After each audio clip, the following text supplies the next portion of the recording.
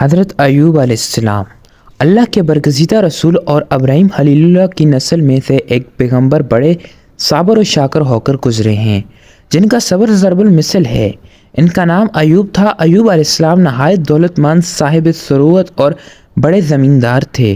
دمشق یعنی شام کے نواحی علاقے بسینا میں ان کی وسیع زرعی اراضی تھی۔ وافر مال و متاع اور مویشیوں کی کثرت نے انہیں علاقے کا سب سے بڑا اور بااثر زمیندار بنا دیا تھا۔ بڑے مالدار ہونے کے ساتھ ساتھ وہ بہت سخی اور دریا دل بھی تھے۔ غریبوں، مسکینوں اور بیواؤں پر خوب دل کھول کر خرچ کرتے۔ کوئی سوالی ان کے دروازے سے خالی ہاتھ نہیں لوٹتا تھا۔ ایوب علیہ السلام بہت شاکر بھی تھے اور وہ ان نعمتوں پر ہمیشہ اللہ تعالیٰ کا شکر ادا کرتے تھے۔ اللہ تعالیٰ کی سنت ہے کہ وہ اپنے برگزیدہ بندوں کو امتحان میں ڈالتا اور ان کے ایمان کو آزماتا ہے۔ اللہ تعالیٰ نے حضرت ایوب کو بھی آزمائش میں ڈالا۔ ان کی اولاد جن مکانوں میں رہتی تھی وہ گر پڑے اور تمام اولاد مکانوں کے ملبے تلے آ کر دب گئی۔ لٹیروں کے ایک بڑے گروہ نے ان پر دعویٰ بول دیا۔ وہ ان کے تمام مویشی ہانک کر لے گئے۔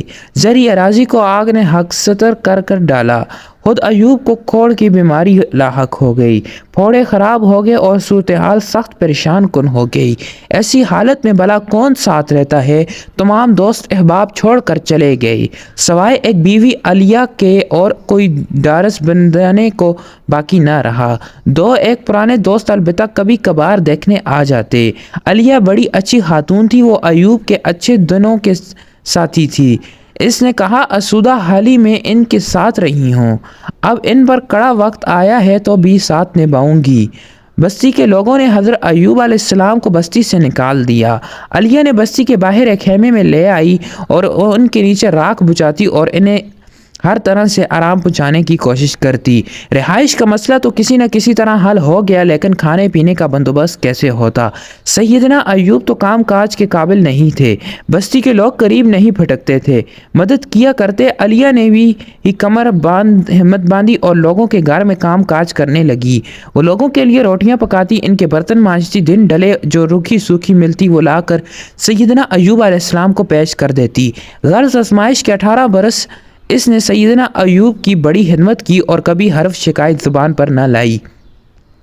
خود سیدنا ایوب کا صبر و شکر میں بھی دینی تھا۔ زبان مبارک ہمیشہ ذکر الہی سے تر رہتی تھی۔ 18 برس کہنے کو تو 18 برس ہیں، لیکن جب جھیلنے پڑیں تو یہ بہت لمبی مدت بن جاتی ہے۔ آدمی بیمار ہو، بستر پر پڑا ہو تو چند گھڑیاں بھی کاٹے نہیں کٹتی۔ ایک مرتبہ علیہ کہیں بیٹھ کر میرے سرتاج رب تعالیٰ سے آپ دعا کیوں نہیں کرتے کہ وہ تکلیفیں دور کر دے؟ آپ قدرے ناراض ہوئے اور بولے آسودہ حالی میں 70 برس گزارے، اب 70 برس اسی حالت میں گزاروں تو حساب برابر ہو جائے گا۔ علیہ یہ جواب پا کر بے حد پریشان ہوئی، تاہم چپکی ہوئی رو رہی۔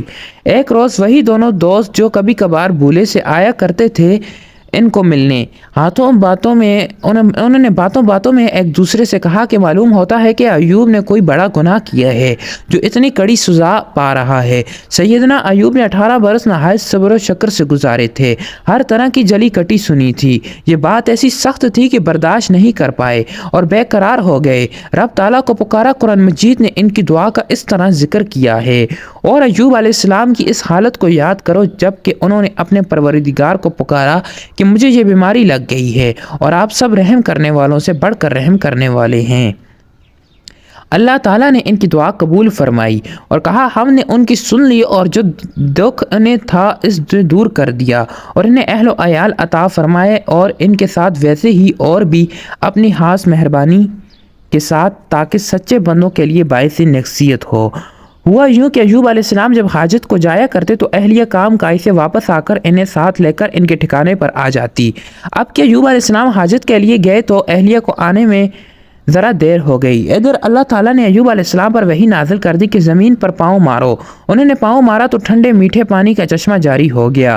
اللہ تعالیٰ نے فرمایا یہ پانی پیو اور نہاؤ۔ انہوں نے پانی پیا اور نہائے تو بلے چنگے ہو گئے۔ اس طرح ایوب علیہ السلام پہلے سے زیادہ خوبصورت ہو گئے، بدن دمکنے لگا، فرشتوں کے ذریعے پوشاک پہنائی گئی، سونے کی ٹڑیوں کی بارش ہوئی، پھر وہ ایک طرف ہو کر بیٹھ گئے۔ اہلیہ آئی اور پہچان نہ پائی، انہی سے پوچھنے لگی اے اللہ کے بندے، یہاں میرا میرا شوہر ایوب نبی تھا، وہی بیمار سا تم نے تو نہیں دیکھا؟ سیدنا ایوب علیہ السلام نے مسکرا کر کہا کہ اللہ کی بندی میں ہی ایوب ہوں۔ وہ حیران ہو کر بولی مجھے دکھی عورت سے مذاق نہ کرو۔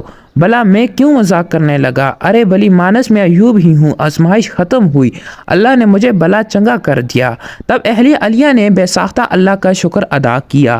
ادھر دو بادلوں نے سیدنا ابو ایوب علیہ السلام کے دونوں کھیلانیوں پر سونا اور چاندی برسایا۔ مال و متاع، اولاد، اراضی، مال مویشی، نوکر چاکر، سب کچھ واپس مل گیا، وہ بھی دگنا ہو کر۔ اس کے بعد سیدنا ایوب علیہ السلام مزید 70 برس زندہ رہے اور دین ابراہیمی کی تبلیغ کرتے رہے، اور صبر ایوب علیہ السلام رہتی دنیا تک ضرب المثل بن گئی۔